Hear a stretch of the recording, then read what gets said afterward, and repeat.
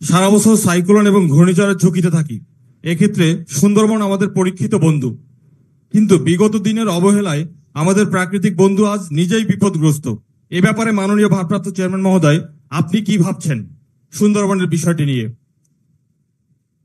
দেখুন, আমাদেরকে সুন্দরবনটা আপনি যেটা বলেছেন এটা একটা অত্যন্ত ইম্পর্টেন্ট বিষয়, কিন্তু ওভারঅল যদি আমরা দেখি বাংলাদেশটা সামগ্রিকভাবে পুরো পৃথিবীতে যে ক্লাইমেট চেঞ্জ হচ্ছে এটার একটা এফেক্ট, এটার যে নেগেটিভ এফেক্ট তার মধ্যে পড়েছে বাংলাদেশটা। পুরো পৃথিবীতেই চেষ্টা করা হচ্ছে গ্রিন হাউস এফেক্ট বা ক্লাইমেট এফেক্টের যেটা বিষয়টি আছে এর ভিতরে আমরা বলেছি যে আমাদের একটি লক্ষ্য আছে। নিশ্চয়ই মনে আছে তোমার, এর আগে যখন বিএনপি দেশনেত্রী খালেদা জিয়ার নেতৃত্বে সরকার পরিচালনা করেছে সেই সময় কিন্তু একটি কর্মসূচি ছিল, প্রতি বছর কিন্তু বৃক্ষরোপণ মেলা হতো প্রতি বছর উপজেলা পর্যায়ে। আমি নিজে দেখেছি বিভিন্ন সময় বিভিন্ন দলীয় কর্মসূচির কারণে আমি বিভিন্ন জেলার বিভিন্ন উপজেলায় গিয়েছি, আমি থানায় গিয়েছি, এবং যখন অনেক সময় এমন হয়েছে যে আমাদেরও কর্মসূচি চলছে একই সাথে ওই দিন হয়তো হাট বার ছিল, ফলে দেখা গিয়েছে বৃক্ষ মেলা, যে বর্ষার সময় যে বৃক্ষ মেলা হতো সেটি ওই দিন পড়ে গিয়েছে। এবং আমি নিজে দেখেছি গ্রামের মানুষ, সাধারণ মানুষ যখন সন্ধ্যার পরে বাসায় ফিরে যাচ্ছে, হয়তো বাজার সদাই করেছে তার প্রয়োজনে, কিন্তু একই সাথে কেউ কারো সাইকেলের ক্যারিয়ারের মধ্যে একটা, কারো দুইটা, কারো তিনটা এরকম গাছ কিনে নিয়ে যাচ্ছে। কাজে এইটি সকলকে নিয়ে মানুষকে ঐক্যবদ্ধ করার মাধ্যমে আমাদেরকে বৃক্ষরোপণ কাজটা আবার শুরু করতে হবে। এবং আমাদের নিজেদের পরিকল্পনা আছে যে আমরা 5 বছরে বড় গাছ, রেইন ট্রি বলতে যা বোঝায় বড় গাছ, এই ধরনের গাছ 5 বছরে 5 কোটি লাগানোর একটি পরিকল্পনা আমাদের আছে। আমরা চেষ্টা করব 5 কোটির মধ্যে সীমাবদ্ধ না থেকে এটিকে যদি বাড়ানো আরো যায়, যত বেশি বাড়ানো যাবে, এবং তার অংশ হিসেবে স্বাভাবিকভাবে সুন্দরবনে চলে আসবে। এবং সুন্দরবনে শুধু এই যে গাছপালা কেটে ফেলা হয়েছে বা বিভিন্ন ভাবে ক্ষতিগ্রস্ত হচ্ছে, এটার পাশাপাশি সুন্দরবনের যে আসল আরেকটা বৈশিষ্ট্য ছিল বিভিন্ন প্রজাতির জীবজন্তু, এটাও কিভাবে আবার ফিরিয়ে আনা সম্ভব হয় সেই ব্যাপারে উদ্যোগ নিতে হবে আমাদের। ধন্যবাদ। ধন্যবাদ মাননীয় ভারপ্রাপ্ত চেয়ারম্যান সাতক্ষীরা সুন্দর মতামতের জন্য। এ পর্যায়ে সাতক্ষীরা জেলা। হ্যাঁ, আমি হিরণ কুমার মন্ডল, আহ্বায়ক দেবহাটা উপজেলা তাঁতি দল। হ্যাঁ, আপনি মাননীয় ভারপ্রাপ্ত চেয়ারম্যান আছে, আপনি প্রশ্ন করেন। মাইক আছে আপনার কাছে? এখানে কারা মাইক নাম দাঁড়াচ্ছে তো এখানে? মোশাররফ, নামটা কি বলেন? হিরণ কুমার মন্ডল, আহ্বায়ক দেবহাটা উপজেলা তাঁতি দল। হ্যাঁ, আচ্ছা, ধন্যবাদ মাননীয় চেয়ারম্যান মহোদয়কে।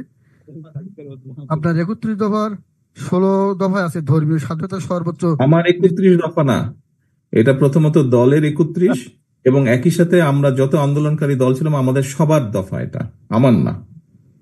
এখানে হিন্দু ধর্মীয় সংখ্যালঘু আইন, সুরক্ষা আইন করা যায় কিনা স্যার, এটা আপনার কাছে জানার বিষয়, সংযোগ করা যায় কিনা?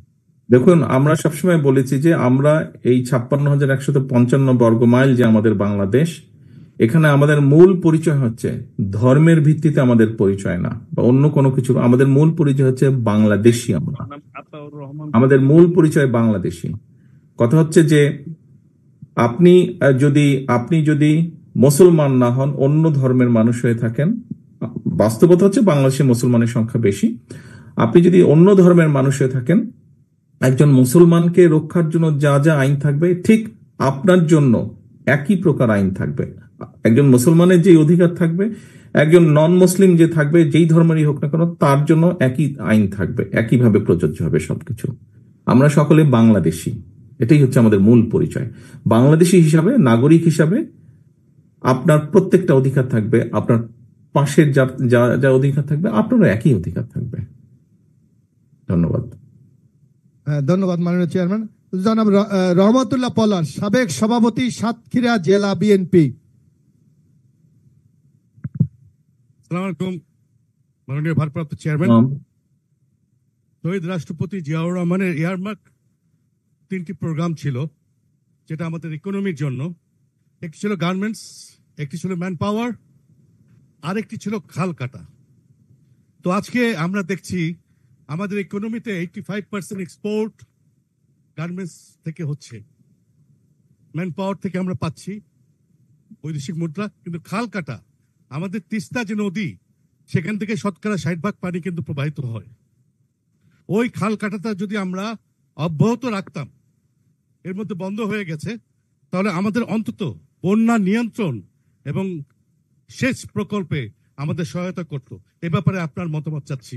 ধন্যবাদ মাননীয় চেয়ারম্যান। আচ্ছা, এখানে তো আমাদের 3টি জেলার নেতৃবৃন্দ উপজেলা পর্যায় থেকে মূল দল সহ অন্যান্য অঙ্গ সহযোগী সংগঠনের নেতৃবৃন্দ উপস্থিত আছেন আপনারা। সাতক্ষীরায় ক্যামেরা যে দিচ্ছেন আমাকে লং শট দিবেন, বিশেষ করে সামনে যারা বসে আছে মঞ্চের, আমি একটু তাদেরকে দেখতে চাই।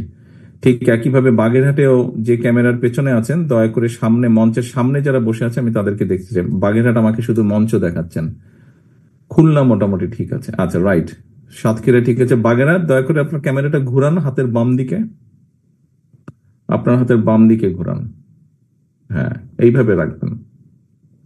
আচ্ছা, আমরা 3 জেলার নেতৃবৃন্দ, আপনারা একটু আগে সাতক্ষীরা থেকে যে প্রশ্নটি শুনলেন, উনি খাল কাটার বিষয়ে বলছেন যে আমরা শহীদ জিয়ার খাল কাটা কর্মসূচি শুরু করব কিনা আমরা সুযোগ পেলে।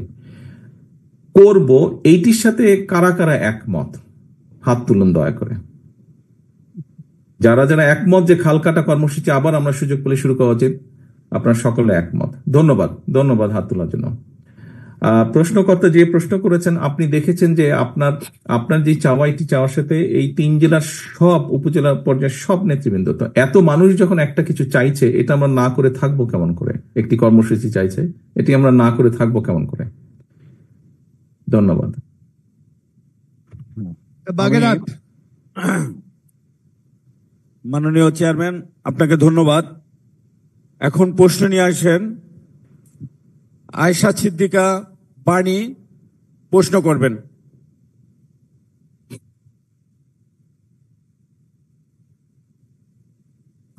প্রিয় নেতা, আসসালামু আলাইকুম।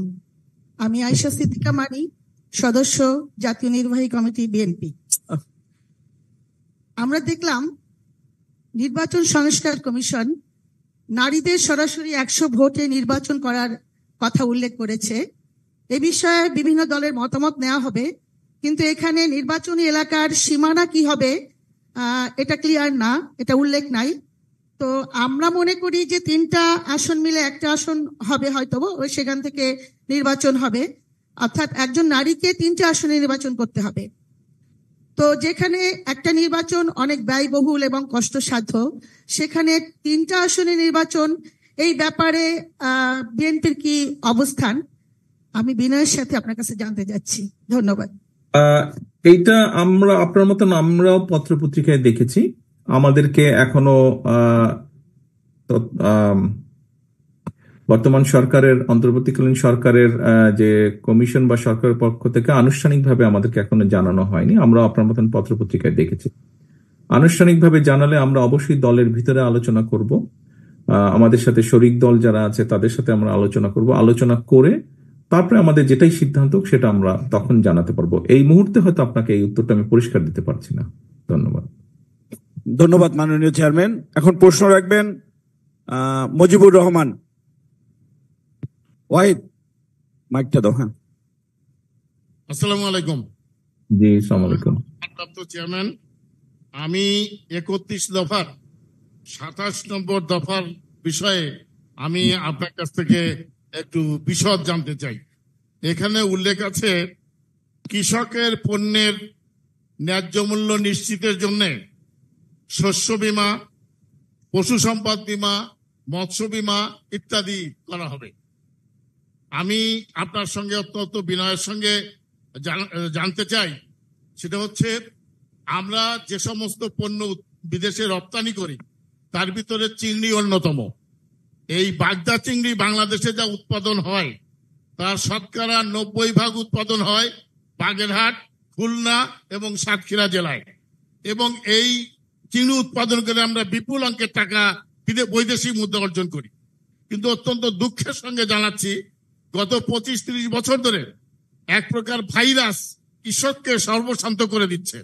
ঘেরে যে পোনা ছাড়া হয়, প্রতি বছর 2 থেকে 3 বার ভাইরাস আক্রান্ত হয় এবং কৃষক ওখান থেকে কোনো চিংড়ি পায় না। এখানে বাগেরহাটে আমরা যখন ক্ষমতায় ছিলাম, প্রশ্ন করেন, আপনি স্পষ্টভাবে প্রশ্নটা করেন প্লিজ। আমরা যখন ক্ষমতায় ছিলাম তখন আমাদের দাবির ভিত্তিতে বাগেরহাটে একটা মৎস্য গবেষণা কেন্দ্র করা হয়েছিল, তারা কোনো গবেষণাও করেন নাই এবং কোনো প্রতিকারের ব্যবস্থাও করেন নাই। আমি আপনার কাছে জানতে চাই, এই ভাইরাসকে প্রতিরোধ করার জন্য কোনো পরিকল্পনা আমাদের আছে কিনা, এবং এই 21 দফার ভিতরে কৃষকের এই বিশেষ করে মৎস্যর ব্যাপারে ইলাবোরেট কিছু দেওয়া যায় কিনা, এইটা আপনার কাছে আমার প্রশ্ন। ধন্যবাদ আপনাকে। ধন্যবাদ মজিব সাহেব। বিষয় হচ্ছে যে এখানে যেটা আছে 27 দফার মধ্যে, অর্থাৎ আমাদের ওভারঅল যে পরিকল্পনা আছে সেটা হচ্ছে প্রতি বছর ধরেন বিভিন্ন কারণে, সেটা খরা হোক, বর্ষা হোক, ঝড় তুফান হোক, অতিবৃষ্টি হোক, বিভিন্ন কারণে আমাদের বিভিন্ন অঞ্চলের কৃষকদের ফসল নষ্ট হয়ে যায়। একদম ধান কাটার আগে দিয়ে বা কোনো ফসল পেকে গেছে উঠানোর আগে দিয়ে হঠাৎ করে একটা প্রাকৃতিক দুর্যোগের কারণে নষ্ট হয়ে যায়, অথবা আপনি যেরকম কারণ বললেন এরকমও ঘটনা ঘটে থাকে। আমাদের মূল যেটা চিন্তা বা পরিকল্পনা সেটা হচ্ছে, আর ফরচুনেটলি আপনারা এই প্রশ্নটা করেছেন, আপনাদের আমাদের আজকের এই প্রোগ্রামের পরে 6টার সময় আমার এই ধরনের বিষয়গুলোকে আরো কিভাবে আরো একিউরেটলি অ্যাড্রেস করা যায়, কিছু কৃষি অফিসারের সাথে আমার একটা অ্যাপয়েন্টমেন্ট আছে আজকেই 6টার সময়। আপনার কোয়েশ্চেনের সাথে মিলে গেছে, তাদের সাথে আমি বসবো যে কিভাবে এই যে 27 নম্বর যে আমাদের দফাটা, এটাকে আরো কিভাবে ফ্ললেস ভাবে এটাকে ইমপ্লিমেন্ট করা যায়। আরো এটা নিয়ে এরকম ব্লক সুপারভাইজার যে আছে, এরকম কৃষি অফিসার, উপজেলা কৃষি, এরকম 5-7 জনের সাথে আমার আজকে বসার কথা। যেটা বলছিলাম সেটা হচ্ছে যে বিভিন্ন জায়গায় যে কৃষক ক্ষতিগ্রস্ত হয়, আমাদের চেষ্টা থাকবে যে ডাটা সংগ্রহের মাধ্যমে মোটামুটি ভাবে ধরেন আপনার বাগেরহাটে এখন খুব ইজি ব্যাপারটা করা, যে মোটামুটি ভাবে কোন কৃষক কোথায়, কোন কৃষক আছেন এবং কে কি চাষাবাস করছেন। কেউ বিভিন্ন রকম শাকসবজি বা এই ধরনের চাষাবাস করতে পারেন, কেউ মাছ, মুরগি এগুলা করতে পারেন। কৃষক সবাই কৃষকই। কাজে আমরা যদি ওই জিনিসটাকে আলাদা করে ফেলতে পারি, তাহলে ধরেন কথার কথা যারা ধরেন চিংড়ি মাছ করে, এরকম কিছু মানুষ এফেক্ট হয়েছে, ওখানে যে ব্লক সুপারভাইজার বা থানা কৃষি অফিসার থাকবে, তারা কিন্তু ওই জিনিসটা তখন নোট করবে। নোট করে যেই কেন্দ্র থাকবে সেখানে জানানোর সাথে সাথে সবাই তো আর এফেক্ট হয়নি ওই কারণে, ভাইরাসের কারণে। ধরুন এই বিষয়টির সাথে, এই চিংড়ি চাষের সাথে যারা জড়িত আছে শুধুমাত্র তারা এফেক্ট হয়েছে, কিন্তু ওখানে যেমন ধরেন সেই কথার কথা, ওখানে যদি কেউ অন্য ধরনের চিংড়ি করে থাকে তারা এফেক্টেড হয়নি। সো সবাইকে তো এই সহযোগিতা করার প্রয়োজন হচ্ছে না। শুধুমাত্র ওই নির্দিষ্ট যারা কৃষক তাদেরকে আমরা কি ধরনের সাপোর্ট দেওয়া যায়, সেটা ইন্স্যুরেন্সের মাধ্যমে হোক বা যেটা বীমার মাধ্যমে। আবার একই জায়গায় আপনার অন্য কোনো ফসল হচ্ছে, হয়তো কয়েক ধরনের ফসল হচ্ছে, কিন্তু পার্টিকুলার কোনো এক ধরনের ফসল ক্ষতিগ্রস্ত হয়েছে। আমরা একটু আগে যেটা বললাম, আমাদের চেষ্টা বা প্ল্যানিং চিন্তা ভাবনা যেটা আছে, যে আমরা মোটামুটি ভাবে বের করবো যে কোন কৃষক কি করছেন। আপনি যদি টোটাল ডাটা তৈরি করতে সক্ষম হন, তাহলে সেটাও করা সক্ষম হব আমরা, যে কে কি করছে, এবং সেই অনুযায়ী যখন ক্ষতিগ্রস্ত হবে তাকে সরকার থেকে আমরা সেই সাপোর্টটা তাদেরকে দিতে পারবো। এই হচ্ছে পুরো জিনিসটা। আমাদের একটু সময় লাগবে, কিন্তু আমাদের বিশ্বাস, আমি ব্যক্তিগতভাবে দৃঢ়ভাবে বিশ্বাস করি 2-4 বছরের মধ্যে আমরা এই পুরো জিনিসটাকে একটা টোটাল ম্যানেজমেন্টের মধ্যে নিয়ে আসতে সক্ষম হব। ধন্যবাদ মাননীয় চেয়ারম্যান।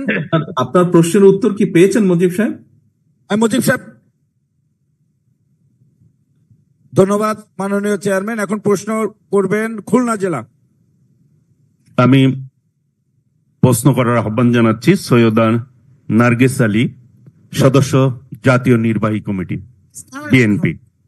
দলের পক্ষ থেকে এবং আমার পক্ষ থেকে আপনাকে অসংখ্য ধন্যবাদ। নিরন্তর পরিশ্রম করে আপনি যে কাজ করছেন দলের জন্য, 31 দফা জনগণের সামনে সকলের সমন্বয় তুলে ধরেছেন। আমার ব্যক্তিগতভাবে চাওয়া, এই 31 দফা আমরা মহিলারা, এই দেশের ভোটার বেশি সংখ্যক মহিলা আমাদেরকে ভোট দেয়, জাতীয়তাবাদী দলকে ভোট দেয়। আপনি জানেন, আমরা সকলে জানি। আমাদেরকে যদি ছোট ছোট অংশে ভাগ করে এটা প্রচারের জন্য দায়িত্ব দেওয়া হয় স্থানীয়ভাবে, তাহলে আমার মনে হয় 31 দফা আমরা প্রান্তিক অঞ্চলে পৌঁছাতে পারবো, জনগণকে সম্পৃক্ত করতে পারবো, এবং এটার জন্য আপনার নির্দেশনা দলীয় পক্ষ থেকে আমি আশা করছি। সকলকে ধন্যবাদ। আপনি যেহেতু আমার নির্দেশনা আশা করেছেন, আপনার নামটা দয়া করে আরেকবার বলবেন। সৈয়দা নার্গিস আলী। আচ্ছা, নার্গিস আপা, আপনি দলের কোন জায়গায় আছেন, কি দায়িত্ব পালন করছেন? আমি নির্বাহী কমিটিতে আছি, স্থানীয় কোনো কমিটিতে নাই বিধায় আমি কোনো দায়িত্ব পালন করতে পারি না। ঠিক আছে, আপনি যেহেতু নির্বাহী কমিটিতে আছেন, স্বাভাবিক আপনি একটা উপরের পর্যায়ে আছেন। আপনি তো খুব সহজেই গিয়ে, আপনি বসুন, আমি বলছি আপনি বসুন। আপনি খুব সহজেই কিন্তু আপনার এলাকায়, আপনার জেলার মধ্যে, আপনার মহানগরীর মধ্যে মহিলা নেতাকর্মী যারা আছে তাদেরকে তো আপনি চায়ের দাওয়াত দিতেই পারেন। দিয়ে তাদের সাথে তো আপনি আপনার এই পরিকল্পনা তাদের সাথে শেয়ার করতে পারেন, এবং শেয়ার করে আপনারা আলোচনা করে সিদ্ধান্ত নিয়ে আপনারা ছোট ছোট গ্রুপে তো আপনারা নিজেরাই উদ্যোগ গ্রহণ করে কাজটি করতে পারেন। আপনাকে কেন কেন্দ্রের দিকে তাকিয়ে থাকতে হবে? প্রত্যেকটি দাড়ি কমা সেমিকলন কেন্দ্র থেকে সম্ভব না করা, আমাদেরকে নিজ উদ্যোগে উদ্যোগ গ্রহণ করতে হবে, নিজ উদ্যোগে। স্থানীয় নেতৃবৃন্দকে অনুরোধ করেছি, স্থানীয় যারা মূল দলের নেতৃবৃন্দ। ঠিক আছে, আপনি যখন এইখানে বিষয়টি রেইজ করলেন আমি ওনাদেরকে বলে দিব, কিন্তু দেখুন আমাদের সকলকে একটি জিনিস অনুধাবন করতে হবে, সবকিছু কেন্দ্র থেকে তো করা সম্ভব না, ইম্পসিবল ব্যাপার সবকিছু কেন্দ্র থেকে। আপনারা এখানে যারা আজকে উপস্থিত হয়েছেন, সেটি ইউনিয়ন পরিষদ থেকে, ইউনিয়ন পর্যায়ে হোক, উপজেলা পর্যায়ে হোক, পৌরসভা হোক, জেলা হোক, মহানগর হোক, আপনারা প্রত্যেকে কিন্তু নেতা হিসেবে এখানে উপস্থিত হয়েছেন। কাজে আপনাদের প্রত্যেকের নিজস্ব স্ব উদ্যোগ থাকতে হবে। আপনারা সকলে মিলে যদি উদ্যোগ গ্রহণ করেন, যে কোনো জিনিস সফল হতে বাধ্য। ধন্যবাদ। এ পর্যায়ে প্রশ্ন করার আহ্বান জানাচ্ছি মনিরুজ্জামান মন্টু, আহ্বায়ক, খুলনা জেলা বিএনপি। বিসমিল্লাহির রহমানির রহিম। আসসালামু আলাইকুম মাননীয় চেয়ারম্যান। আমার নিজের বাড়ি পাইগেছা কয়রা অঞ্চলে।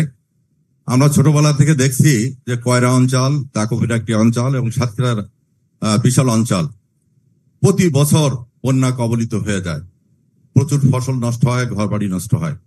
আমরা ওই অঞ্চলের মানুষরা বারবার টেকসই ভেড়িবাঁধের কথা বলেছি। এর সঙ্গে 27 নম্বর একটা বিষয় আমি যোগ করতে চাই, সেটা হচ্ছে যে ওই অঞ্চল চিংড়ি চাষ হয়ে থাকে বেশি। চিংড়ির যেহেতু মুজিবুর ভাই বলছেন যে ভাইরাসের ব্যাপার, এখানে নতুন করে ভেনামি নামে আরেকটি প্রজন্মর চিংড়ি চাষ শুরু হয়েছে, চিংড়ির বিকল্প চিংড়ি। এখন এইটা আমাদের দল ইনশাল্লাহ যদি ক্ষমতায় আসে, এই ভেনামির ব্যাপারে আমরা কি ধরনের সুযোগ সুবিধা দিতে পারবো, এখনই মানুষকে আশান্বিত করতে পারবো, নাম্বার 1।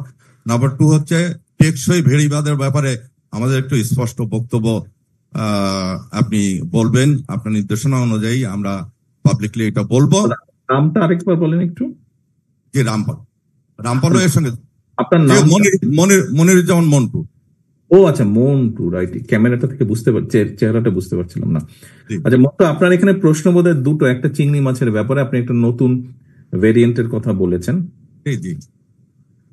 এটি সম্পর্কে আমার ধারণা নেই এই মুহূর্তে, কাজে এই ব্যাপারে আমি আপনাকে কিছু বলতে পারছি না। তবে অবশ্যই একটি জরুরি বিষয় যদি হয়ে থাকে, ডেফিনেটলি আমরা সরকার গঠন করতে সক্ষম হলে ডেফিনেটলি এটাতে আমরা অ্যাড্রেস করবো। কারণ আরেকটা বলতে, সেটা হচ্ছে যে ওই অঞ্চলে এখন মাছ এবং ধান দুটোই করা সম্ভব। 6 মাস যদি মাছ করি আর 6 মাস লবণ সহিষ্ণু বীজ যদি সংগ্রহ করা যায়, তাহলে ধানও উৎপাদন করা সম্ভব। এই বিষয়ে আমাদের একটা বক্তব্য থাকলে ভালো হয়, আমার ব্যক্তিগত অভিমত। লবণ সহিষ্ণু বীজের বিষয়টা আপনাকে একটা জিনিস এখানে বুঝতে হবে। লবণটা কেন আসছে? নদীর পানির যেটা সমুদ্রে যেত, যেহেতু এই যে ইন্ডিয়া বাঁধটা দেওয়ার কারণে, বিভিন্ন কারণে নদীগুলো ভরাট হয়ে যাওয়ার কারণে পানির প্রেশারটা নাই, ফলে সমুদ্রের পানি ভিতরে ঢুকছে আস্তে আস্তে, তাই তো? তো আপনি এই বিষয়টাকে আমি মনে করি অ্যাড্রেস করা দরকার, যে সমুদ্রের পানি প্রকৃতিগতভাবেই কিছুটা ঢুকবে, কিন্তু যেটা বাড়তি ঢুকছে, যেটাকে আমরা হয়তো বা ম্যানেজ বা কন্ট্রোল করতে সক্ষম, সেই বিষয়টাকে আমাদের অ্যাড্রেস করতে। আবার কি ভাই, আপনি অনেকগুলো প্রশ্ন করছেন, তো এত করলে মুশকিল।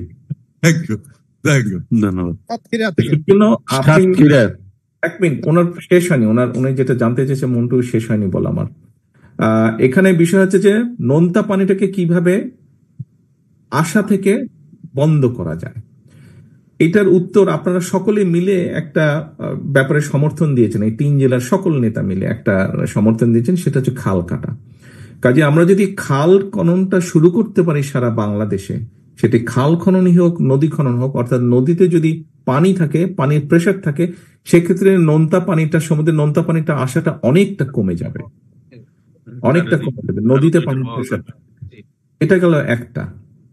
দ্বিতীয়ত, আপনি যেটা ওই যে মাছের কথা জিজ্ঞেস করেছেন, মাছের বিষয়টি ওইটা সম্পর্কে আমার ধারণা নেই এই মুহূর্তে, কাজে ওটা আমি আপনাকে বলতে পারছি না। ওইটা মজিবুর সাহেব বোধহয় একই প্রশ্ন করেছেন, ওটার সাথে সিমিলার হবে, রিলেটেড হবে, ডেফিনেটলি সেই ব্যাপারটাকে তো আমাদের অ্যাড্রেস করার প্রয়োজন আছে।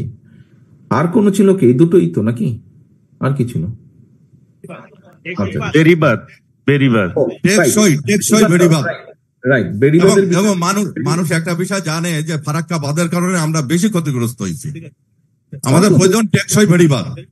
তা তো হয়েছি, ফারাক্কা বাঁধের কারণে সমগ্র বাংলাদেশ ক্ষতিগ্রস্ত হয়েছে, কোটি কোটি মানুষ ক্ষতিগ্রস্ত হয়েছে।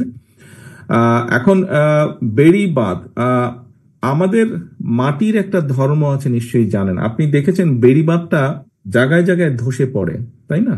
জায়গায় জায়গায় ধসে পড়ে। এটার একটা ইন্টারেস্টিং ব্যাপার আছে। প্রথমত আমাদের পানিটা এরকম ঘুরতে থাকে, নিশ্চয়ই দেখেছেন নদীতে। ফলে কি আমাদের মাটি নরম হওয়ার কারণে পানিটা ঘুরতে ঘুরতে বেড়িবাঁধের নিচে যে মাটিটা থাকে, পানি যে ভিতরে যখন ঘূর্ণি হতে থাকে, ঘুরতে ঘুরতে মাটিটা সরিয়ে দেয়।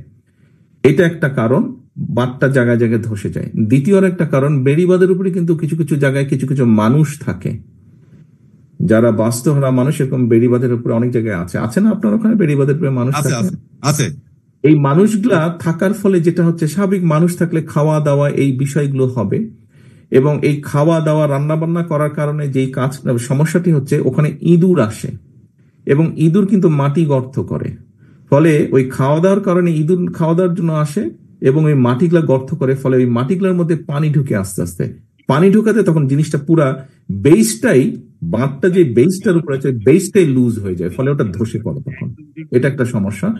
কাজেই আপনি বেড়িবাঁধ কত করবেন? বেড়িবাঁধ করা থেকে আমার কাছে মনে হয় যে বন্যা বা এই ধরনের টেকসই বেড়িবাঁধ হলে যে ব্লক দিয়ে দিলে তখন আর এটা জিও ব্যাগ। আপনি যেই ফ্লোরের উপরে দাঁড়িয়ে আছেন, এই ফ্লোরটাই যদি না থাকে, আপনি দাঁড়াবেন কিসের উপরে? বেড়িবাঁধটা তো আছে মাটির উপরে বা জমিনের উপরে, ওইখান থেকে জমিনটাই তো ধসে যাচ্ছে, তা আপনি রাখবেন কি করে?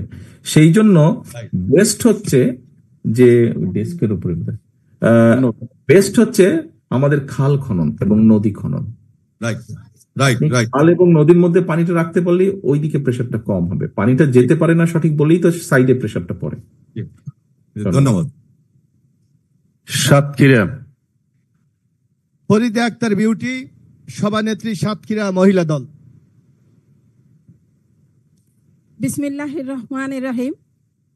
আজকে বিএনপি আয়োজিত 31 দফার সম্মানিত আমাদের প্রধান অতিথি মহোদয়, আমার ভাইয়া এবং উপস্থিতি সকল আমাদের জেলা নেতৃবৃন্দ, সকল নেতৃবৃন্দ, আসসালামু আলাইকুম। আসলে আমরা 31 দফা খুব গর্বের সাথে ভাইয়াকে বলতে চাই যে একটা ধন্যবাদ না দিলে হয় না, যে 31 দফায় এমন কিছু নাই যেটা আমরা বাইরে থেকে কিছু প্রশ্ন করব, সেই প্রশ্নের এটা আমাদের কাছে সাহস করে আর আসছে না। তা আমাদের নারীদের জন্য যা ভেবেছে আমাদের মরহুম প্রেসিডেন্ট জিয়াউর রহমান, প্রথম আমাদের নারীদের জন্য, এখানে এদেশের অর্ধেক নারীদের জন্য ভেবেছেন, এবং আমাদের বেগম খালেদা জিয়া ম্যাডাম আমাদের জন্য যে ভেবেছেন, এবং আমাদের আচ্ছা, আপনাকে বিউটি আপা, আপনাকে আমি একটা প্রশ্ন করি। আপনি বললেন শহীদ জিয়া নারীদের জন্য যেটা ভেবেছেন, দেশনেত্রী খালেদা জিয়া নারীদের জন্য যেটা ভেবেছেন, আপনি এইভাবে বলেছেন। আপনি দুইজনের পক্ষ থেকেই বলুন তো, ওনারা দুইজন কি কি ভেবেছেন, প্রত্যেকের জন্য একটা করে বলুন তো। শহীদ জিয়া এটা ভেবেছেন এবং খালেদা জিয়া এটা ভেবেছেন, একটু আমি দেখি আপনি জানেন কি ওনারা কি কি ভেবেছিলেন। শহীদ জিয়া ভেবেছেন প্রথমে এদেশের অর্ধেক নারী এবং অর্ধেক নারী, এবং অর্ধেক নারীকে যদি বসিয়ে রাখা যায়, দেশের উন্নয়ন কখনো সম্ভব না। তাই পুরুষদের পাশাপাশি তাদেরকে শিক্ষায়, তাদেরকে কর্মসংস্থান, তাদেরকে সব বিষয়ে তাদের অধিকার দিয়ে এগিয়ে নিয়ে আসা। আর আমাদের ম্যাডামের তো সেইটা এসে বাস্তবায়ন করেছে, সমস্ত চাকরি, শিক্ষা এবং সমস্ত শিক্ষায় আপনার ওই আরেকটু নির্দিষ্ট করে বলুন, দয়া করে আরেকটু নির্দিষ্ট করে বলুন। শিক্ষার ক্ষেত্রে অবৈতনিক করেছেন এবং ফ্রি। কোন ক্লাস পর্যন্ত? আপনাকে নারী হিসেবে জানা উচিত। ফ্রি ছিল, আগে ইন্টারমিডিয়েট ছিল, তারপরে ডিগ্রি পর্যন্ত উনি ফ্রি করেছিলেন। এবং এই ম্যাডামের জন্য আজকে আমাদের দেখেন পুলিশ বাহিনী, যত বাহিনী আছে, যেখানে যাই আছে, আমাদের নারীরা সেখানে স্থান পেয়েছে। পুলিশ বাহিনীতে যে নারী পুলিশ দেখছেন, এটা কিন্তু শহীদ জিয়া ইন্ট্রোডিউস করেছেন, ওখান থেকে আসা। কিন্তু এখন আমরা দেখছি যে আমরা নারী ক্ষমতায়ন, এখানে যদি আমরা একটু জেন্ডার ব্যালেন্স বলি ভাইয়া, যে নারী পুরুষের পাশে মানে নারী পুরুষ জেন্ডার ব্যালেন্স একসাথে একটু এগিয়ে যাওয়া, লিডারশিপ এখানে যদি একটু জেন্ডার ব্যালেন্স করা যায় তাহলে। আর একটা যদি আপনার কি প্রস্তাবনা আছে ব্যালেন্সটা করার জন্য? এক্ষেত্রে আপনার কোনো প্রস্তাবনা আছে?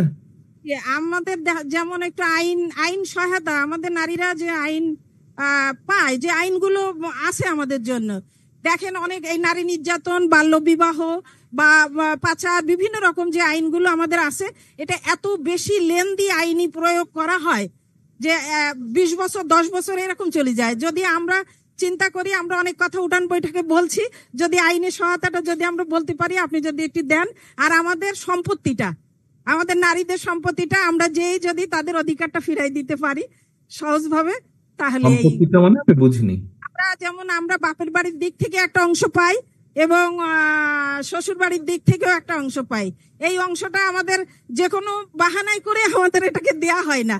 এইটা যদি আমরা সহজভাবে আইনি প্রক্রিয়ায় আমরা যদি তাদের পাশে যে আইনটা দিতে পারি, তাহলে নারীদেরকে আরো এগিয়ে নিতে পারবো ভাইয়া।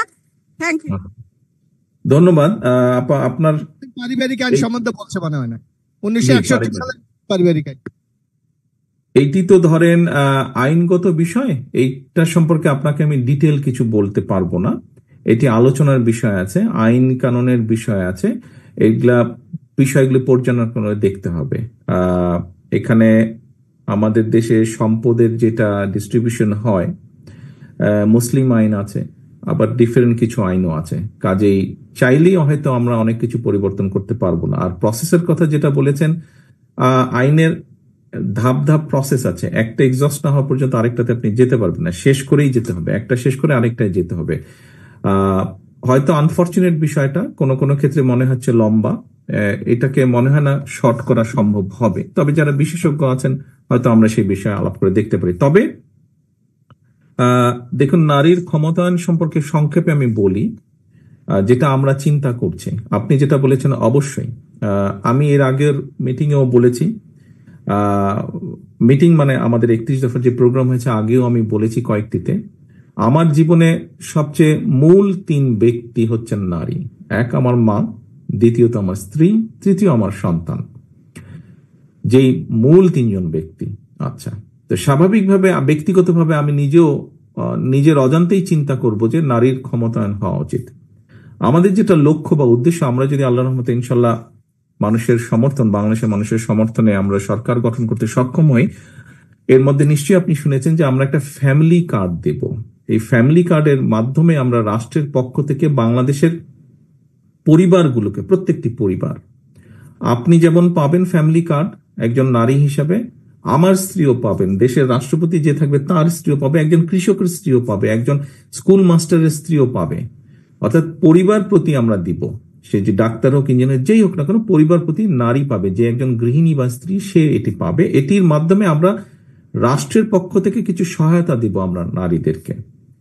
আমরা যেটা মনে করি, আমি ব্যক্তিগতভাবে যেটা বিশ্বাস করি, দেখুন, একজন নারী যখন এই কার্ডটা অধিকারী হবে, এই কার্ডটা তার নামে থাকবে এবং সেখান থেকে রাষ্ট্রের পক্ষ থেকে তাকে কিছু সহযোগিতা করা হবে।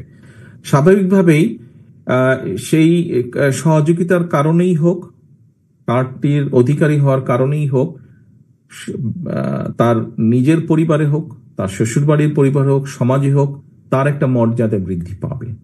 যেহেতু এই যে সহযোগিতাটা আসবে রাষ্ট্রের পক্ষ থেকে, এই সহযোগিতার কারণে তার হাতে কিছু অর্থ ধীরে ধীরে ধীরে ধীরে একটা সঞ্চয় হবে, তার সঞ্চয়টা বাড়বে এবং এই সঞ্চয়টা আমরা বিশ্বাস করি যে এই যে তার হাতে যে সঞ্চয়টা হবে, এই কার্ড থেকে তার হাতে যে সঞ্চয়টা, অর্থ সঞ্চয়টা হবে, এই সঞ্চয়টা সে মূলত 2-3টা কাজে ব্যয় করবে।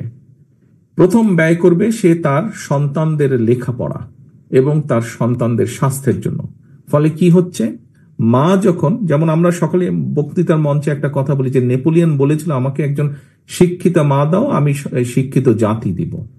কাজেই মা যখন সলভেন্ট থাকবে, তার যখন একটা অর্থনৈতিক শক্তি থাকবে, সে প্রথম নজর দিবে তার সন্তানদের শিক্ষা এবং স্বাস্থ্যের ক্ষেত্রে। ফলে আজকে না হলেও 10 বছর পরে আমরা একটা শিক্ষিত জাতি পাবো এবং একটা সুস্থ জাতি পাবো। শিক্ষিত এবং সুস্থ জাতি পেলে আপনি সেই জাতিকে যে কোনোভাবে দুনিয়াতে একটা মর্যাদাশীল জাতি হিসেবে গড়ে তুলতে পারবেন। এটি গেল একটা। দ্বিতীয় হচ্ছে যে বাপের হাতে টাকা গেলে বাপ এদিক ওদিক অনেক খরচ করে ফেলে। এটা ভাই মনে করেন না কিছু, বাট কম বেশি যেটা বাস্তবতা, এখানে পুরুষ ভাই যারা আছেন কিছু মনে করেন না। বাট মায়ের হাতে যখন অর্থটা থাকে, মা কিন্তু পরিবারের নিরাপত্তার কথা চিন্তা করে। আমরা ধরে নিচ্ছি যে তার হাতে যখন, সে যেমন তার সন্তানদের লেখাপড়া এবং পরিবারের স্বাস্থ্যের বিষয়ে নজর থাকবে, একইভাবে তার যতটুকু অর্থ সেটা সে চেষ্টা করবে এমন কোন একটা জায়গায় বিনিয়োগ করার জন্য যেখান থেকে পরিবারের একটা সিকিউরিটি এনশিওর্ড হয়, পরিবারের একটা নিরাপত্তা, অর্থনৈতিক নিরাপত্তা এনশিওর্ড হয়, যেটা ধীরে ধীরে ধীরে ধীরে আমাদের একটা সময় 10 বছর পরে, 12 বছর পরে নিম্ন মধ্যবিত্ত যারা আছে তারা হয়তো নিম্নবিত্ত আছে, নিম্নবিত্ত থেকে নিম্ন মধ্যবিত্ততে আসবে। আস্তে আস্তে উপর দিকে তাদের অর্থনৈতিকভাবে শক্তিশালী হবে, পরিবারগুলো মজবুত হবে, তাদের মেরুদণ্ডতা। আপনারা নিশ্চয়ই খেয়াল করেছেন, আমি বিভিন্ন সময় বক্তব্যে বলেছি যে আমাদের দেশের মানুষকে যদি মুক্তি দিতে হয়, দুটো বিষয় আমাদেরকে অবশ্যই এনশিওর করতে হবে। একটা হচ্ছে তাদের রাজনৈতিক অধিকার, অর্থাৎ ভোটের অধিকার, কথা বলার অধিকার রাজনৈতিকভাবে, এবং একই সাথে সমাজের বা দেশের সব শ্রেণীর মানুষের অর্থনৈতিক মুক্তি ব্যবস্থা করতে হবে। অর্থাৎ অর্থনৈতিকভাবে যাতে একটি পরিবার, মানুষগুলো যাতে মোটামুটি ভাবে সোজা হয়ে দাঁড়াতে পারে। কাজেই এইটি একটা অন্যতম মাধ্যম, ফ্যামিলি কার্ড, যেটা একজন মহিলার নামে হবে, একজন গৃহিণী বা ওয়াইফের নামে হবে। এটির মাধ্যমে আমি আশা করি ব্যক্তিগতভাবে যে 10 বছর পরে একটা আমরা ভালো পরিবর্তিত চিত্র দেখতে পাবো। আপনি কি আমার পুরো কথা বুঝতে পেরেছেন? এখানে বিশেষ করে যারা মহিলা নেতৃবৃন্দ আছেন, আপনারা কি আমার পুরো বিষয়টা বুঝতে পেরেছেন আমি যা বলেছি? ওকে, ধন্যবাদ। মৃণাল কান্তি রায়, যুগ্ম আহ্বায়ক, সাতক্ষীরা জেলা বিএনপি। এই মাইকগুলি কার কাছে? আপনারা মাইক যেগুলো ছিল যে এখানে দেন না। এরপরে তুমি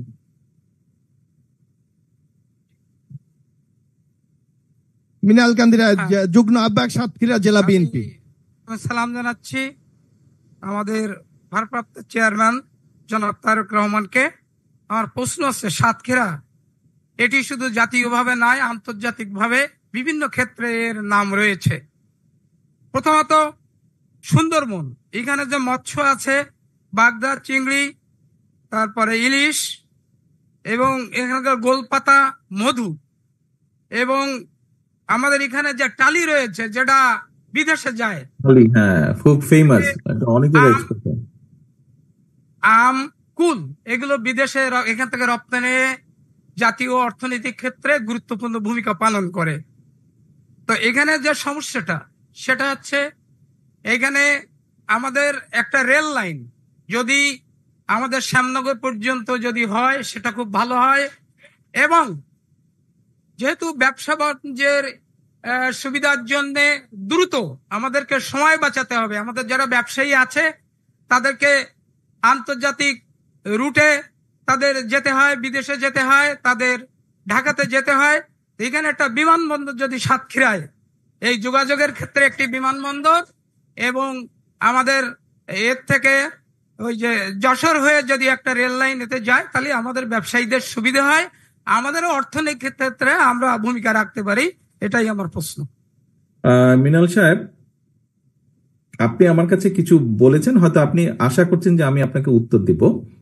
আপনাকে আমি দুটো উত্তর দিতে পারি। এক, আপনারা খুশি হয়ে খুব হাততালি দিবেন, আর দুই, বাস্তবসম্মত আপনাকে উত্তর দিব। আপনি কোনটা চান? ট্রেন লাইনটা হলে রাইট। হ্যাঁ, বিমানবন্দরের ব্যাপারটা দেখুন, গতবার যখন 2001 সালে আমরা যখন সরকারের দায়িত্বে আসলাম, সরকার পরিচালনার দায়িত্বে, তখন আমার নিজের ডিস্ট্রিক্ট বগুড়ায় কম বেশি অনেক দিনের একটা দাবি ছিল। বগুড়ার মানুষ, আশেপাশে আরো 2-3টি জেলার মানুষ খুব দাবি করলেন যে একটা বিমানবন্দর করতে হবে। কিন্তু বিভিন্নভাবে অ্যাসেস করে দেখা গেল যে বিমানবন্দর ওখানে ফিজিবল হবে না অর্থনৈতিকভাবে। আমরা হয়তো তখন সরকারে ছিলাম, আমরা বিমানকে বললে বিমান হয়তো একটা ফ্লাইট পাঠিয়ে দিত ওখানে, আভ্যন্তরীণ ফ্লাইট, সেটাও হয়তো চলতো, কিন্তু লস হতো, সেটা বিমানের লস হতো। তখন যেটা আমরা করলাম, এয়ারফোর্সেও তখন বিমান বাহিনী যে তারাও কথা বললো, বিমান বাহিনীর তখন যে বিমানবন্দরটা ওখানে আছে ওটা বেসিক্যালি ছিল এয়ারফোর্সের কাছে। তখন তাদের সাথে কথা বলে যেটা হলো, তারা বললো যে ঠিক আছে আমরা আমাদের মতন ব্যবহার করব, বাট এখানে যদি প্রাইভেটলি বা বেসামরিক বিমান অপারেট করতে চায় সেটাতে তাদের সমস্যা নেই। তো কয়েকদিন কিছু 2-1টা বোধহয় প্রাইভেট এয়ারলাইন্স ছিল, তারা বোধহয় অপারেট করলো, কিন্তু সেভাবে অর্থনৈতিকভাবে যা অ্যাসেস করা হয়েছিল অর্থনৈতিকভাবে ফিজিবল হয়নি, সেটা আর চলেনি। তো এখানে আপনি যেটা বিমানবন্দর চাইছেন, আপনারা ওখানে যেটা বিমানবন্দর চাইছেন, এটা ব্যবসায়িক দৃষ্টিকোণ থেকে দেখতে হবে। কোন ব্যবসায়ী যারা আছে, মানে প্রাইভেট এয়ারলাইন বোধহয় 2-4টে আছে বাংলাদেশে, তারা যদি মনে করে চালাবে তাহলে চালাতে চাইলে সরকারের পক্ষ থেকে সহযোগিতা করা হবে, মানে আমরা যদি সরকার গঠন করতে সক্ষম হই। তবে আমি মনে করি না যে বিমানকে ওখানে, বাংলাদেশ বিমানকে পাঠানো উচিত, প্রবাবলি ফিজিবল হবে না ফাইন্যান্সিয়ালি। তবে রেল লাইন যেটা আছে এইটা অবশ্যই আমরা বিবেচনা আমরা করতে পারি রেল লাইনটি, কারণ রেল লাইনের সুবিধা শুধু সরকার মানে ব্যবসায়ীরা পাবে না, সব শ্রেণীর পেশার মানুষ পাবে। এবং রেল লাইনের সুবিধাটা হচ্ছে যে যাতায়াত খরচটা অনেক কম হবে, এবং বিভিন্ন মালপত্র যেটা আনা নেওয়া করে রেল লাইনটা হলে সেই খরচটাও কম হবে।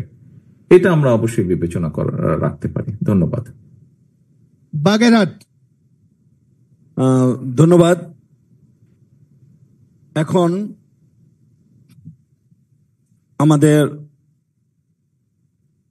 প্রশ্ন নিয়ে আসছেন শাহিদা আক্তার, মহিলা দলের সভাপতি শাহিদা আক্তার। ওয়াহিদ, মাইকটা দেখুন। আসসালামু আলাইকুম ভাইয়া, সকল বিএনপির নেতৃবৃন্দ। আমি শাহিদা আক্তার, সভাপতি বাগেরহাট জেলা জাতীয়তাবাদী মহিলা দল। আমার প্রশ্ন ছিল 31 দফার 24 নং অনুচ্ছেদের নারীর মর্যাদা সহ সকল বিষয় ওখানে আনা হয়েছে, কিন্তু 33% নারী কোঠায় মূল দলে অন্তর্ভুক্তি করার জন্য আমরা নারীরা অনেক আন্দোলন পর্যন্ত করে আসছি। এই সুপারিশটা ওখানে রাখছি অন্তর্ভুক্তিতে নেওয়ার জন্য। আরেকটা বিষয় ভাইয়া, যেটা হচ্ছে আমাদের বয়স্ক শিক্ষা আমাদের সরকারের সময় চালু ছিল, এই বয়স্ক শিক্ষাটাকে নতুন করে আবার চালু করার সুপারিশ রাখছি। সর্বশেষ প্রশ্ন, গণতন্ত্রের মা দেশনেত্রী বেগম খালেদা জিয়া আপনার কাছে আছেন, কেমন আছেন উনি, আমরা বাগেরহাটবাসী জানতে চাই। ধন্যবাদ। ধন্যবাদ। আমার মনে হয় আপনার মধ্যে প্রশ্ন ছিল না, লাস্টেরটা প্রশ্ন। আপনি 3টে বলেছেন, 3টে কথা। প্রথম দুটো বোধহয় আপনার সুপারিশ, খুব সম্ভব আপনি প্রথম 2টা প্রস্তাবনা দিয়েছেন বা সুপারিশ দিয়েছেন। আর শেষে যেটা বলেছেন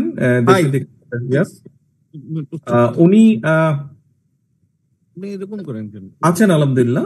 দোয়া করবেন সবাই যাতে উনি সুস্থ হন বা সুস্থ থাকেন, যাতে দোয়া করবেন। আছেন উনি, আলহামদুলিল্লাহ। ধন্যবাদ মাননীয় চেয়ারম্যান। প্রশ্ন করবেন নাফিস ওয়াহিদ, সাবেক সদস্য জেলা বিএনপি।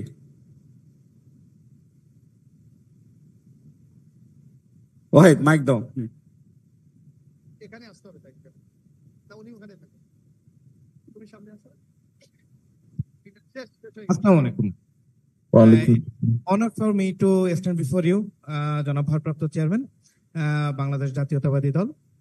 তো যেহেতু আমি একজন সাইবার অ্যাক্টিভিস্ট, সুতরাং আমার তথ্য প্রযুক্তি এবং প্রত্যেকটা ডেটা অ্যানালিসিস বা প্রজন্মগত বর্তমান যে রাজনৈতিক ধারাবাহিকতা, এই জায়গাটায় আমার একটু ফোকাস।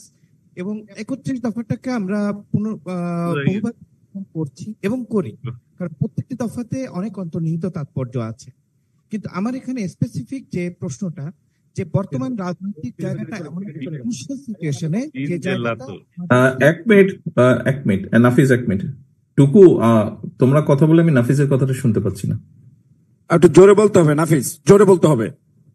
বাংলাদেশের বর্তমান রাজনৈতিক ধারাটা এমন একটি ক্রুশিয়াল জায়গাতে পড়েছে, যেখানটায় 3টা প্রজন্মের সম্মেলন এবং খুব রিসেন্টলি হয়তোবা আগামী নির্বাচনের পরবর্তী নির্বাচন হতে হতে 4টা প্রজন্মের সম্মেলন হয়ে যাবে। সেক্ষেত্রে আমাদের সময়োপযোগী এবং তথ্য প্রযুক্তি নির্ভর এবং যে টেকনোলজি বেসড নির্ভর যে রাজনৈতিক ধারাবাহিকতা বিশ্বে বিভিন্ন জায়গায় চলে আসছে, বা আমরা এই যে জুলাই আন্দোলনেও আমরা দেখেছি যে আমাদের সামাজিক যোগাযোগ মাধ্যম এবং তথ্য প্রযুক্তির যে প্রতুলতা ছিল এবং যে ইনফ্লুয়েন্সটা ছিল, যেটা সারা বিশ্বব্যাপী আমাদেরকে জানান দিতে বাধ্য করেছে যে ফ্যাসিস্ট আমাদের উপরে কতটুকু অত্যাচার করেছে। সো আমাদের আগামী দিনের রাজনৈতিক ধারাবাহিকতাকে এবং সাফল্যকে বজায় রাখতে আমাদের অভিজ্ঞ যে নেতারা আছেন বা কর্মীরা আছেন, বর্তমান তারুণ্য নির্ভর যে নেতারা আছেন এবং ভবিষ্যতে যারা নেতৃত্বে আসছেন বা রাজনীতিতে আসছেন, তো এই 3টা প্রজন্মের সম্মেলনের জন্য আমাদের এই 31 দফাতে কোনো সুনির্দিষ্ট ব্যবস্থা গ্রহণ করা হয়েছে কিনা যে ইনাদেরকে টেক বেসড পলিটিক্যাল অ্যাক্টিভিটিস বা তথ্য প্রযুক্তি নির্ভর সময়োপযোগী পলিটিক্সের সঙ্গে এনাদের সকলকে একটি প্রশিক্ষণের মাধ্যমে আপগ্রেড করে 3টি প্রজন্মের সেতু বন্ধন করা হবে কিনা, এ বিষয়ে আমি আপনার বিনীত দৃষ্টি আকর্ষণ করছি। ধন্যবাদ নাফিস, প্রশ্ন পেয়ে গেছি আমরা। হ্যাঁ, মাননীয় চেয়ারম্যান।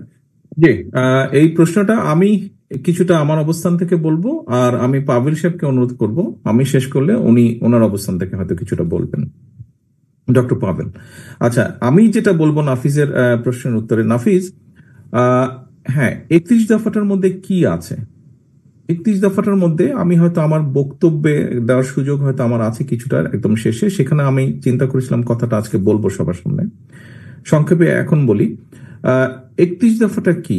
ইউসি, আমরা একটা রাজনৈতিক দল, আমরা অতীতে আমাদের সৌভাগ্য হয়েছে দেশ পরিচালনা করার জন্য, তখন আমরা দেশের স্বার্থে এবং দেশের মানুষের স্বার্থে অনেকগুলো কর্মসূচি বা পরিকল্পনা গ্রহণ করেছি। তার মধ্যে অনেকগুলো আমরা বাস্তবায়ন করতে সক্ষম হয়েছি, হয়তো কিছু আমরা বাস্তবায়ন করতে সক্ষম হইনি। একটি রাজনৈতিক দল হিসাবে বাংলাদেশ এবং পারিপার্শ্বিক বা পুরো বিশ্ব চিন্তা করে আমরা আমাদের কতগুলো চিন্তাধারা সেট করেছি। পলিটিক্সের লক্ষ্য বা উদ্দেশ্য কি? মানুষকে নিয়েই তো, মানুষের জন্যই তো আমরা যে রাজনীতি করছি। কার জন্য করছি? আমরা কি শুধু নিজের জন্য করছি? না, বাংলাদেশে যে 20 কোটি মানুষ আছে, এই মানুষগুলার কি করে কিছুটা বেটার করা যায়, সেটি শিক্ষার ক্ষেত্রে হতে পারে, সেটি স্বাস্থ্যের ক্ষেত্রে হতে পারে, সেটি আইন শৃঙ্খলার ক্ষেত্রে হতে পারে, সেটি নারীদের ক্ষেত্রে হতে পারে, সেটি শিশুদের ক্ষেত্রে হতে পারে, সেটি কিশোরদের ক্ষেত্রে হতে পারে। প্রত্যেকটা ক্লাসের মানুষের জন্য কম বেশি কিছু না কিছু আমরা করার চেষ্টা করব, যাতে তাদের সবকিছু মিলে বেটার হয়। সামগ্রিকভাবে যেটা মানুষের অর্থনৈতিক এবং রাজনৈতিক অধিকারকে স্ট্যাবলিশ করা। এখন গত 15 বছরে যেটা আমরা দেখেছি, গত 15 বছরে যদি আমরা বাংলাদেশের প্রত্যেকটি সেন্টার সামগ্রিকভাবে যদি আমরা চিন্তা করি, সামগ্রিকভাবে সবকিছু থেকে বাংলাদেশ পিছিয়ে গিয়েছে। হ্যাঁ, ঢাকা শহর বা 2-1টি শহরে হয়তো কিছু কিছু বড় ইনফ্রাস্ট্রাকচার তারা বানিয়েছে, কিন্তু ইনফ্রাস্ট্রাকচার এখন দিন যত যাচ্ছে, আগেও বিষয়টি জানাজানি ছিল, সকলেই বুঝতে পারছিল, এখন আরো বুঝতে পারছে। এই ইনফ্রাস্ট্রাকচার করার উদ্দেশ্যই ছিল যে অবৈধভাবে কিছু অর্থ রোজগার করা, এবং সেটিই হয়েছে। এখন এই সবকিছুর কারণে যেটি হয়েছে যে পুরা দেশটা পিছিয়ে গেছে, প্রত্যেকটি সেক্টর পিছিয়ে গিয়েছে, প্রত্যেকটি সেক্টর পিছিয়ে গিয়েছে। সেটি শিক্ষা হোক, সেটি জুডিশিয়ারি হোক, সেটি প্রশাসন হোক, সেটি ইন্ডাস্ট্রি হোক, সেটি ব্যাংকিং হোক, ইউ নেম এনি, প্রত্যেকটি থেকে পিছিয়ে গেছে। এখন আমাদেরকে প্রথমে এখন কাজ করতে হবে। আমরা কিন্তু বলেছি, এখানে লেখা আছে রাষ্ট্র কাঠামো মেরামত। আমাদেরকে এই মেরামত গুলো এখন করতে হবে, আমাদেরকে ফেজ ওয়াইজ আসতে হবে। অর্থাৎ আমরা এখন মাইনাসে আছি, আমাদেরকে জিরোতে আসতে হবে, জিরো থেকে আমাদেরকে আস্তে আস্তে প্লাসে যেতে হবে। এখন এখানে অনেকের অনেক দাবি আছে বা অনেক চাহিদা বা চাওয়া থাকতেই পারে। বাস্তবতাও বুঝতে হবে, কোন সরকারের পক্ষে, কারো পক্ষে কিন্তু একবারে সব সমস্যার সমাধান করা সম্ভব না, তাই না? একবারে কোনো সমস্যার সমাধান করা সম্ভব না। এখন ধরেন একটা রিজনেবল সাইজের একটা বাড়ি বানাতে হয়তো 50 জন শ্রমিকের হয়তো আপনার 6 মাস লাগবে। আপনি ওখানে যদি আরো 10 ডবল শ্রমিকও বাড়িয়ে দেন, তাহলে 6 মাসের জায়গায় না হয় 2 মাস লাগবে। কিন্তু ওটার কতগুলো ন্যাচারাল প্রসেস আছে। আপনি যখন গাঁথনি দিবেন, আপনি যখন ছাদ ঢালাই করবেন, ওটা তো শুকাতে হবে, তো ওটার মিনিমাম একটা ন্যাচারাল প্রসেস আছে। সো এই ন্যাচারাল প্রসেস যতক্ষণ কমপ্লিট না হবে, আপনি কিন্তু কাজটা করতে পারবেন না। কাজেই আমাদেরকে ন্যাচারাল কতগুলো বিষয় আছে, যেতে হবে। এখন আমি আমার এই বয়স পর্যন্ত যে অভিজ্ঞতা অর্জন করেছি, আপনাকে আমি যতটুকু বুঝতে পারছি আপনার বয়স আমার থেকে কম হবে।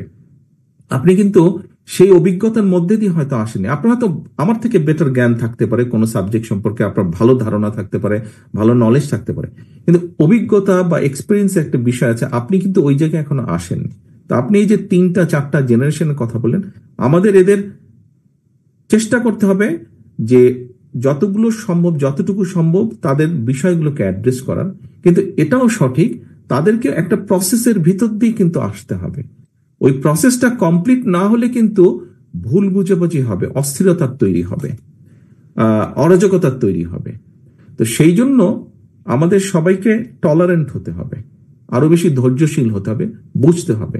আমার দায়িত্ব যেরকম আপনাকে বোঝানো, জিনিসটা বুঝিয়ে জিনিসটা নিয়ে যাওয়া আস্তে আস্তে, আপনার দায়িত্ব আবার আপনার পরবর্তী জেনারেশন যারা আছে তাদেরকে বোঝানো। অর্থাৎ আমাদের সামগ্রিকভাবে টলারেন্ট হতে হবে, সামগ্রিকভাবে আমাদেরকে বুঝতে হবে সিচুয়েশনটা, এবং পর্যায়ক্রমিকভাবে যেতে হবে, ধৈর্যশীল হতে হবে আমাদেরকে।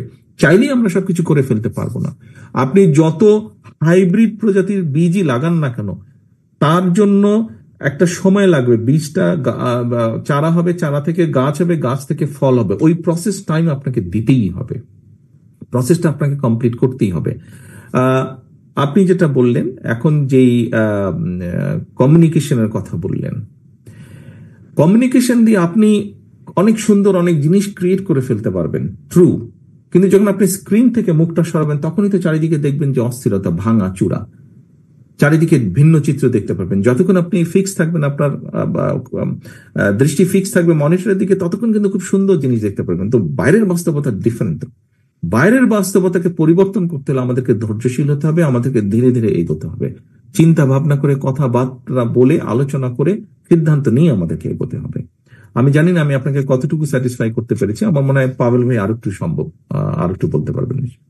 ধন্যবাদ আপনাকে। নাফিজ, আমি কি বোঝাতে সক্ষম হয়েছি? হ্যাঁ, নাফিজ মাননীয় ভারপ্রাপ্ত চেয়ারম্যান, আমি আপনার উত্তরটা আসলে আমি যতটুকু আশা করেছিলাম তার থেকে অনেক বেশি অ্যান্সার এবং অনেক বেশি সময় আমি আপনার থেকে পেয়েছি। আপনাকে আমার ব্যক্তিগত পক্ষ থেকে ধন্যবাদ, বাগেরহাট জেলা বিএনপির পক্ষ থেকে ধন্যবাদ। আপনার এই প্রশ্নের উত্তরটা কিন্তু পাভেল সাহেব কিছু বলবেন, এই প্রশ্নের উত্তরটা কিন্তু আপনাকে দেইনি আমরা, আপনার মতন যে কোটি কোটি আছে, তরুণ আছে, তাদেরকে দিয়েছি উত্তরটা। তো আমাদের সাইবার সংগঠন জিয়া সাইবার ফোর্স জেডসিএফ এর পক্ষ থেকে আপনাকে আন্তরিকভাবে প্লিজ পাভেল সাহেব কিছু বলবেন। আচ্ছা, জি, এখন নাফিস, আমার ভারপ্রাপ্ত চেয়ারম্যান মহোদয় যে কথাটিতে শেষ করেছিলেন, সেই অংশটা আগের থেকে বোধহয় আমাকে শুরু করতে হবে। তিনি বলেছেন যে এই আন্ডারস্ট্যান্ডিং এর জন্য দরকার হচ্ছে ধৈর্য। কারণ হচ্ছে যে এখানে কিন্তু 4টি, তুমি বলেছো যে আগামী 5 বছর পর যে নির্বাচনটি হবে, সেখানে একটা চতুর্থ প্রজন্ম কিন্তু এর সাথে সংযুক্ত হবে। প্রজন্মের ধারাবাহিকতা কিন্তু পর্যায়ক্রমিক ভাবে হয়। আজকে যে জেন জি আছে, ও কিন্তু ঠিক জেন জি পর্যায়ে থাকবে না, নতুনরা জেন জি জায়গা নেবে। ঠিক তেমনি ভাবে মিলিনিয়াম আর মিলিনিয়ামের জায়গায় থাকবে না, সেও কিন্তু তার একটা পরিশীলিত জায়গায় যাবে। আমাদের একটা জিনিস প্রতি খেয়াল করা দরকার, সেটা হচ্ছে যে সস্তা জনপ্রিয় কোনো বিষয়, সেটা কি আমি সামনে আনবো নাকি বাস্তব ধর্মী চিন্তা করবো, যেটা আমাদের ভারপ্রাপ্ত চেয়ারম্যান মহোদয় বলছেন যে সকল ক্ষেত্রে কিন্তু একটু চিন্তা ভাবনা এবং অভিভাবকত্বের জায়গা থেকে ভাবতে হবে। কারণ এখানে একটি জনপ্রিয় স্লোগানের কথা একটু বলতে পারি, যেটা হয়তো ভাবে অনেকে, যে ভোটারের বয়স যদি আমরা 16 বছর নির্ধারণ করি, এটা হয়তো আপাত দৃষ্টিতে একটা জনপ্রিয় স্লোগান মনে হতে পারে, কিন্তু এর যে ড্রব্যাকস আছে, যে এটা ব্যাকফায়ার আছে, সেটাতে কিন্তু আমাদের যে নাগরিকত্ব আইনের অনেক কিছু পরিবর্তন হয়ে যাবে, উত্তরাধিকার আইনের পরিবর্তন ঘটবে, ফৌজদারি আইনের পরিবর্তন ঘটবে। 16 বছরের একটা বাচ্চা, যাকে কিন্তু আমরা জুভেনাইল কোর্টে বিচারের সম্মুখীন করতাম, তাকে ভোটাধিকার দিলে তিনি কিন্তু একটা ফৌজদারি দণ্ডবিধির মধ্যে পড়বেন, তাকে কিন্তু ক্যাপিটাল পানিশমেন্টে কিন্তু মৃত্যুদণ্ড কিন্তু ভোগ করতে হতে পারে। তো সুতরাং সবকিছুর ক্ষেত্রে কিন্তু জনপ্রিয়তাটা মূল দেখার বিষয় না, বিষয়টি হচ্ছে যে এটি আমাদের দেশ গঠনের জন্য প্রয়োজনীয়তা কতটুকু রাখে। একটা জিনিস তুমি যদি খেয়াল করো, তাই এই প্রজন্মকে এই তথ্যটি বোধহয় জানানো দরকার। সেটা হচ্ছে যে অনেকে বলেন যে তাদের ভাষায় কথা বলতে হবে, তাদের ভাষায় কথা বলাটা গুরুত্বপূর্ণ যতটা, তার চেয়ে বেশি হচ্ছে আমরা তাদের ভাষাটা বুঝতে পারি কিনা।